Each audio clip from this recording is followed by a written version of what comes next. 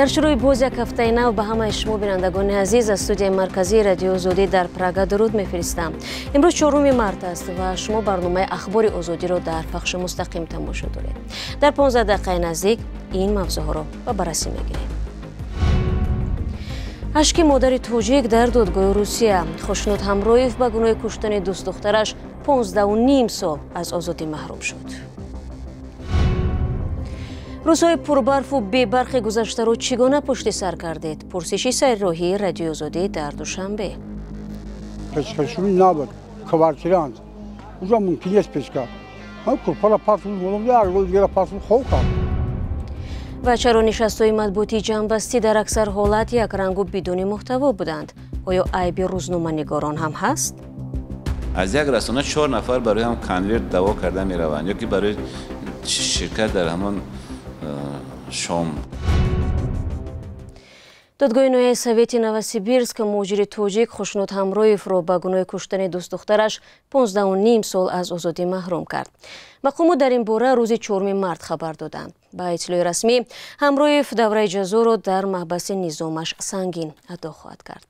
دادگاه مهاجر توجیک را به کشتار، شکنجه و ارتباط جنسی با دختری که هنوز به سن 16 نرسیده از گناهکار دانست. مهاجر 28 ساله توجیک را در ماه ایول سال 2022 هنگام برآمدن از قلمرو روسیه بازداشت نمودند. با اطلاع رسمی او به بدن دوست داشته‌اش 17 کورد زده است. در نواری که در شبکه‌های اجتماعی پخش شد، حمله جوان به دختر روس ثبت گردیده است. مقامات روسیه رشک را انگیزه کشتار نامیدند.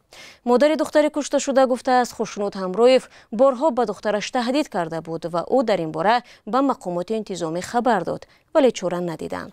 6 مأمور پلیس را برای خنک‌نظری به جوابگری کشیدند. نظر مهاجر توجیک و نزدیکانش به اتهام مقامات و حکم دادگاه هنوز دسترس نیست. در روزهای آخر ماه فوریه و 2 روز اول بهار در سراسر تاجیکستان برف زیاد بارید و همزمان شکایت‌ها بخصوص در دوشنبه از کمبود نیروی برق و نبود گرمی در خانه‌ها زیاد شد. بر اثر دود انگشت 6 عضو یک عائله و آتش گرفتن سیم برق 3 طفل دیگر به هلاکت رسیدند. ظاهراً با شروع هفته نو مشکلات بی‌برقی و نظام گرم‌دهی تا اندازه برطرف شد. همکارانمان در دوشنبه از چند راهگذر پرسیدند که این روزهای سرد را چگونه پشت سر کردند. ما ایفایزو بودیم. اگر می‌ایزیم داشته باشه، کمر داشته باشه، زندگی صد میره که نباشه، باز بینه. طرفای ما. خداوند خودش ندونه هیچ کلمه نمی‌فهمه، لیکن بسیار مشکلی شد. یا خیلی جودا. همین نه علوی بود، نه مثال که سوید نشد چند روز. چندین مثال همچور از زمین غیام هم رنگی ما همین خیلی خداوند اکرام دوی ما دولت ما احتیاط در همین چیزا. به خاطر که میگفتن که سوید نیست که ما یک چاره و کار دیگه میکردیم، به خاطر طفلا کودکانش کلشان کسل شد. از کلان تا مایده همشه با من خودم یک ماه کودک دارم، این ایام کسل بود آوردیم شه.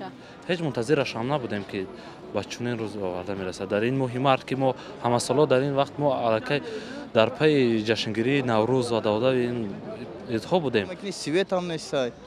همون 3 ساعته که میگن رژیم همون رام نمیتیان تا گو وقت میتیان، گو وقت واپس نمیتیان. علاقه خوب نبود، مقصد همین تماس هم چی شد بیزه بود. با فکرم که در تمام جمهوری هم خیلی وضعیت بود که نبودن برق احساس میشد، مردم عذاب میکشیدن، بعضی سوزشواری داشتن نداشتن، از همین صبح کم تنقیصی کشیدیم روز دیگر. بعد بشیدم خیلیش در تلویزیون برنامه که ها ماجور شرایط ساز زندگی ساز. در خونه‌اش به چورش تا لرزه خوب بود. چوک نه شیمه. کی ده برای وجال بکنه؟ خونه دوزا میکنه میگه اکما سویت اخیر نفته که بطرح هویتم. خبری نشده. خبری نشده. بیگه نمیدونه سوز کنه. ایالات متحده امریکا در آستانه یک معرکه مهمی پیش از انتخاباتی قرار دارد و نام آن سوپر سه‌شنبه است که در پی آوازدهی اسم نامزدهای اساسی انتخاباتی از هر دو حزب معلوم خواهد شد. روزهای استراحت گذشته نامزدهای اساسی کرسی پرزیدنتی در انتخابات امساله رقیبانشان را برای کمبودی‌های تنقید کرده بار دیگر نامزدی خود را تبلیغ نمودند. در این باره گزارش гузориши Садои Амрико аст ки ҳамкорам Хиромон Бақозода онро омода карда ва тақдими шумо мекунад. рӯзи сешанбе 5 март дар 15 аёлати амрико ва инчунин ҷазираҳои самоаи амрикоӣ овоздиҳӣ баргузор мешавад ки номзади интихоботиро аз ҳар ҳизб маълум мекунад. ҷо байден аз демократҳо ва Доналд Трамп аз ҷумҳурихоҳҳо умедворанд ки номзади расмии интихоботӣ хоҳанд шуд. Ники Ҳейли, собиқ сафири амрико дар созмони милали муттаҳид, дар як мусоҳибааш гуфт ширкати ӯ ба хости овоздиҳандагонаш рабт дорад. аз овоздиҳиву сармояҳои онҳо ҳамааш маълум мешавад. тамаркузи мо бояд сари эҳтироми пули андозсупорандаҳову коҳиши шумори аъзои ҳукумат равона шавад. яке аз мавзӯъҳои муҳим барои президенти пешин Доналд Трамп муҳоҷирон аст. дигар набояд ҳеҷ як амрикоии бегуноҳ аз ҷинояти муҳоҷирон ҷонашро аз даст диҳад. пешашро бояд гирифт. шумо бояд овоз диҳед, чунки рӯзи 5 ноябр ба мо овози бисёр лозим мешавад. президент Байден ки ҳафтаи гузашта дар сарҳади Техас буд, Трампро дар он муттаҳам кард ки монеи тарҳи қонуни нави амнияти сарҳадҳо шуд. ҳамсари ӯ Ҷил Байден рӯзи шанбе ба мавзӯи муҳими дигар ҳаққи занон барои таваллуд таваҷҷӯҳ намуд. ӯ мехоҳад исқоти ҳамлро дар кишвар манъ кунад. Доналд Трамп барои занҳову оилаҳои мо хатарнок аст. мо набояд иҷоза диҳем ки ӯ баранда шавад. Байден барои намояндагии ҳизбаш дар интихобот ҳама шансро дорад. барои Трамп тарафдории дасти кам 1215 овози вакилони ҷумҳурихоҳ лозим аст ки номзад шавад. барои эълони натиҷаҳои ниҳоии овоздиҳӣ дар супер сешанбе эҳтимолан чанд рӯз лозим мешавад. эй ҳамватани азизтар аз ҷон, эй Юсуфи имрӯзини Канъон, берун зи ватан чӣ ҳол доред? биёву аз рӯзгорат моро ошно кун. бинандагони азиз, агар шумо дур аз Тоҷикистонед ва аз нозукиҳои муҳоҷират огоҳ ҳастеду мехоҳед дигарон низ бидонанд, пас ин барнома барои шумост. рӯзгори муҳоҷир, мутобиқшавӣ ба муҳити нав, қиссаҳои инсонӣ ва сабақҳои ҳаётӣ. ахиран нишастҳои хабарии ниҳодҳои Тоҷикистон ки кори яксолаи онҳоро натиҷагирӣ мекард ба поён расид. нишастҳое ки барои рӯзноманигорони тоҷик як роҳи асосии мулоқоти рӯ ба рӯ бо шахсони аввали вазорату идораҳои давлатӣ аст. хабарнигорон мегӯянд ин бор низ раҳбарон дар бештари ҳолатҳо омода набуданд ва аз тарафи дигар дар миёни ҳамкасбон ҳам ин ақида вуҷуд дорад ки баъзе рӯзноманигорон танҳо ба хотири зиёфат ва тӯҳфа меомаданд. дар ин бора гузориши Барод Юсуфиро бо ҳам мебинем. 60 дақиқа барои ҷамъбасти 6 моҳ. фурсати ниҳодҳои давлатӣ барои посух додан ба суолҳои бешумори хабарнигорон дар нишастҳои хабарӣ. ин фурсатро дар мавсими нави нишастҳои хабарӣ кадом ниҳод чӣ гуна истифода кард ва хабарнигорон онро хуб меноманд ё бад? ва нишастҳои имсола ба назар мерасид ки аз нишастҳои соли қабл хубтаранд, вале ин танҳо ба назаррасӣ буд. агар дурусттар нигоҳ кунем, нишастҳо хуб набуданд.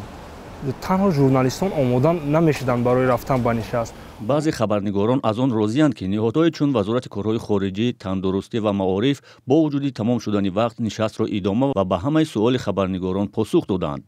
ниҳодҳое низ буданд ки бо далели суол надоштани хабарнигорон ҳамагӣ 20-25 дақиқа нишаст баргузор карданд. нишасти матбуотӣ 20 дақиқа давом кардааст. ё нишасти матбуотӣ дигар ки мо иштирок доштем, ҳам ним соат ба хондани пресс-релиз сарф шуд ва ба як савол 15-20 дақиқа дигар посух гуфтанд. бо ҳамин ду саволи дигар нишасти матбуотӣ ҷамъбаҳ шуд, даҳҳо савол матраҳ нашуда монд. дар гузашта шӯрои васоити ахбори оммаи Тоҷикистон дар муроҷиатномае ба ҷомеаи хабарнигорӣ ва раҳбари дастгоҳи президент ба тағйири шеваи баргузории нишастҳо даъват карда хоста буд ниҳодҳо аз додани зиёфат ва тӯҳфа ба хабарнигорон даст кашанд ва хабарнигорон низ аз гирифтани пулу ҳадияҳо худдорӣ кунанд. аммо ба мушоҳидаи коршиносон бархе хабарнигорон маҳз ба хотири тӯҳфа ва зиёфат ба нишастҳо мерафтанд. از یک رسانه 4 نفر برای هم کنویرت دعوا کرده می روند، یا که برای شرکت در همان شام خوراک شام باشد یا خوراک نصف روزی. البته این یک طلبات شده است که حتما باید این یون نماینده رفته در اونجا همون کنویر رو گیرد. از سالهای 2014 با این طرف نشست‌های مطبوعاتی دیگر یک رنگ شدن گرفتند.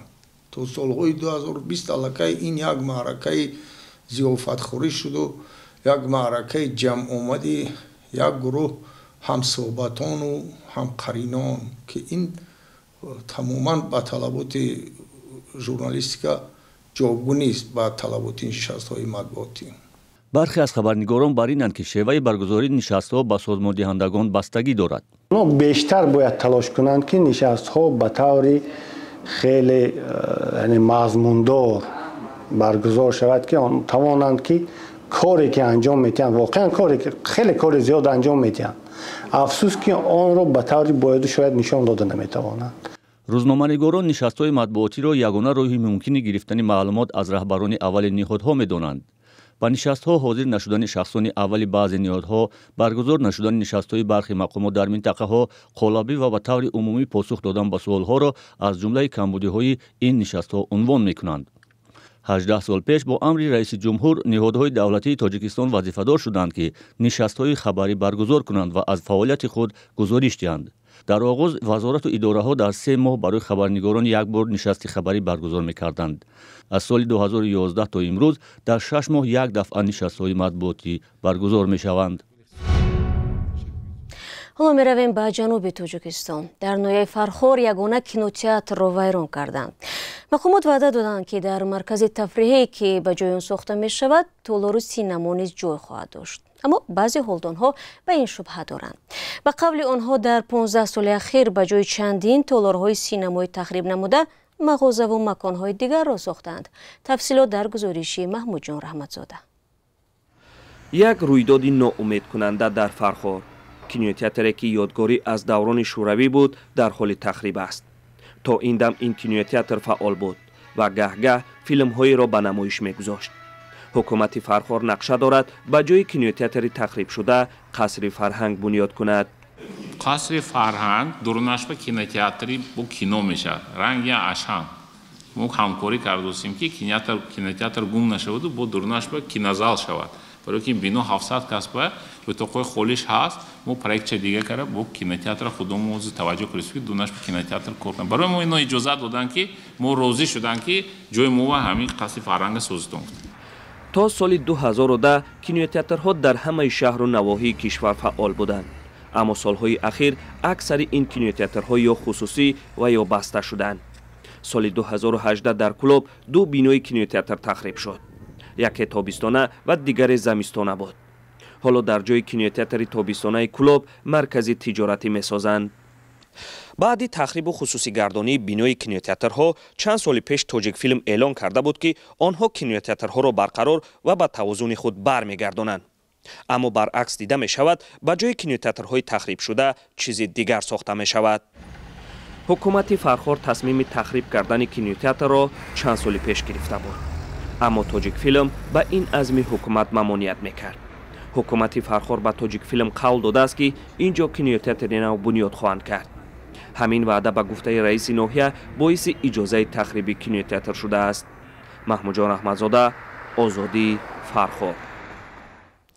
و شورای علمای مرکزی اسلامی تاجیکستان 11 مارت را روز اول ماه رمضان تعیین کرد. طبق آن ساکنان مسلمان جمهوری تا 9 اپریل روزه خواهند داشت. قرار و تقویم ماه رمضان روز 4 مارت برآمد.